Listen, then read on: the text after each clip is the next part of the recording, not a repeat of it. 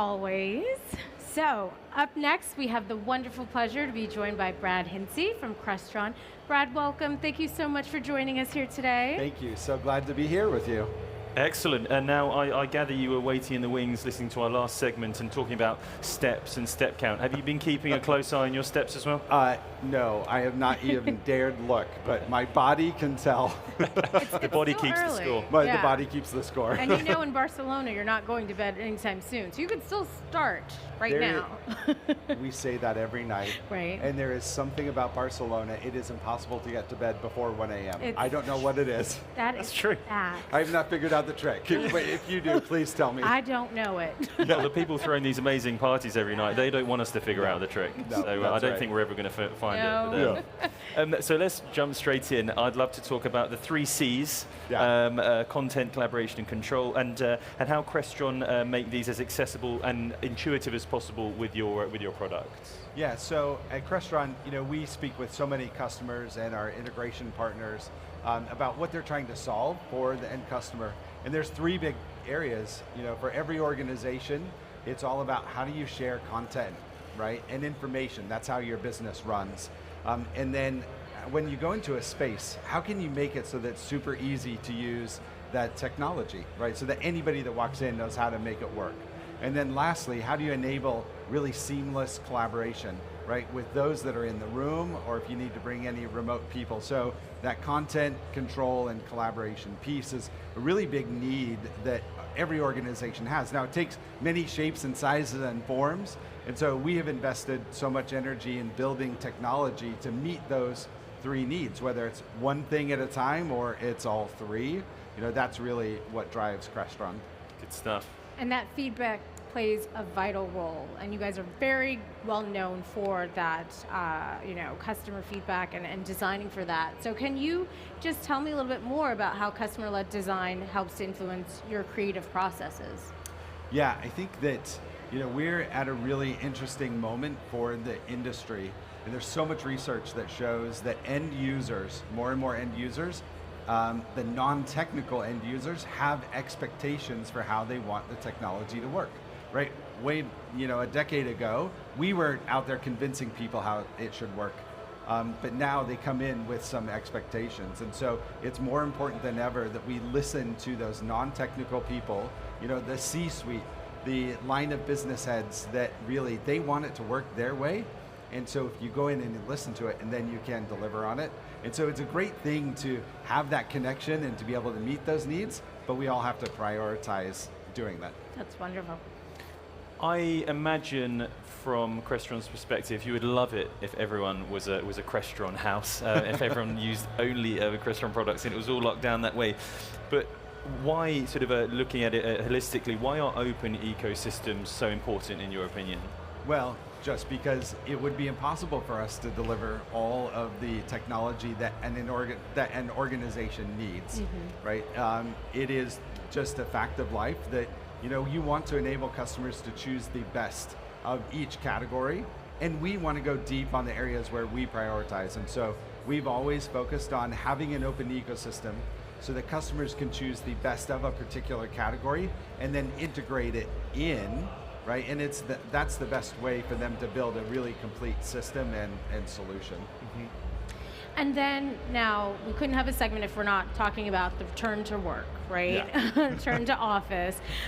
So that's obviously shaping the workplace and workplace technology. So what trends are you seeing in this space, and how is Crestron making it more a seamless experience for this transition?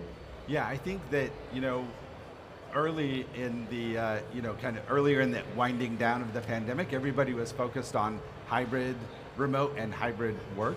And now you see all the headlines, return to office, right? Dell has one. So many companies, the US government is really focused on bringing all the employees back in. And so on the surface, a lot of people assume, collaboration technology isn't needed anymore, right? But the truth is, and what we're seeing in some of the data and talking to customers is that the return to work mandates are actually a mandate for more technology in the office. And that's for 2 reasons. One is that when people are in the office, and even when you're in person, you still need technology to effectively collaborate. And so that's super critical. Also, people are becoming very familiar with AI tools on their own. So when they go into the meeting space, they want that to carry on and bring that value into the meeting space as well. And then also, what organization doesn't need to speak to people outside? And so that external collaboration is still really required. So we're still seeing massive investments, even among those return to office mandate companies, to do more technology investments. And speaking of AI, which is one of the big topics of conversation, another topic of conversation is sustainability. Yeah. It's always a good marker if you want to know what's on top of people's minds, to walk around a trade show, listen to the conversations, look at the products, see which subjects are being discussed. Sustainability being one of them. How engaged are Crestron in that space? Well, we're very committed, in a really, truly authentic way to make some of those decisions. Actually, last week we published our first sustainability report. And this will be our new annual report that talks about the progress we're making and the commitments that we have regarding sustainable practices. In our view, we have three major responsibilities as it relates to sustainability. We have different activities under each of those. First, as a product manufacturer, how do you build products in a sustainable way? And so we have a number of activities under that one. Second, as a citizen of Earth, our business, we have a number of initiatives related to employee health and safety, engagement there. How do we reduce our impact on the world? But then the third one, which is how do we partner with our channel? How do we partner with the industry to roll out some of these sustainable practices as well? You can see our commitment here as it relates to all the work we're doing with SAVE, which is a great organization. So, it's really critical. It's important for the world, it's important for our channel partners, and it's important to our customers. So let's all make sure that we're making a big difference. Definitely. And how can people get access to that report if people want to see that sustainability report? What's the best way to get hold of that? Just go to Crestron.com, scroll down to the bottom, and you can see sustainability. Yeah. Wonderful. Perfect. Yep. So we know ISC is obviously a huge event for Crestron, but we know that there's always more on the horizon for you. Always. So beyond your presence here, what other exciting initiatives or events can people look forward to from Crestron? One of the things I love about ISE is it does kick off the year in a really big way. But in May, in the middle part of May, we have our event we call Masters, where it is a lot of Crestron integration professionals come to learn all about Crestron technology. That's in Madrid. This year we're introducing a new certification track. It's all related to modern work design. And so those design and sales professionals that want to get hands-on with the technology, right? That's a really great certification track. So that's in May, and then in June, we'll be at Infocom.